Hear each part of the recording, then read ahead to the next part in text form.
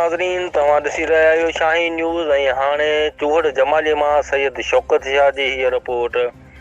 क़ुर्बानीअ जो क़ीमती ॿकर चोरी कंदड़ ॾोहारियुनि जी गिरफ़्तारी थियण ऐं मथनि केस दाख़िल करण बाद चोरनि जा साथारी मच्छर जी मौत मार धमकियूं ॾियण ते लही आया आहिनि। असांखे जानियुनि जो शदीद ख़तरो आहे।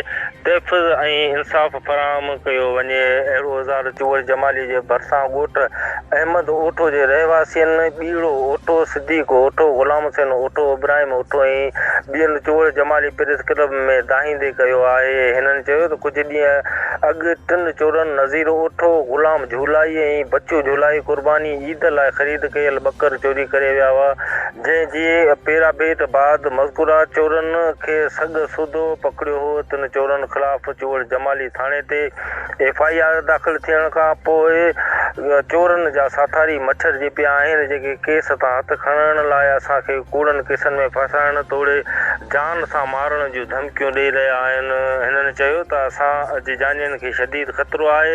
हिननि DIG हैदराबाद नईम शेख ऐं SSP सिजावल स्वाही अज़ीज़ टालपुर खां फौरी तौर ते नोटिस वठण तोड़े तहफ़ुज़ ऐं इंसाफ़ फ़राहम करण जी घुर कई आहे।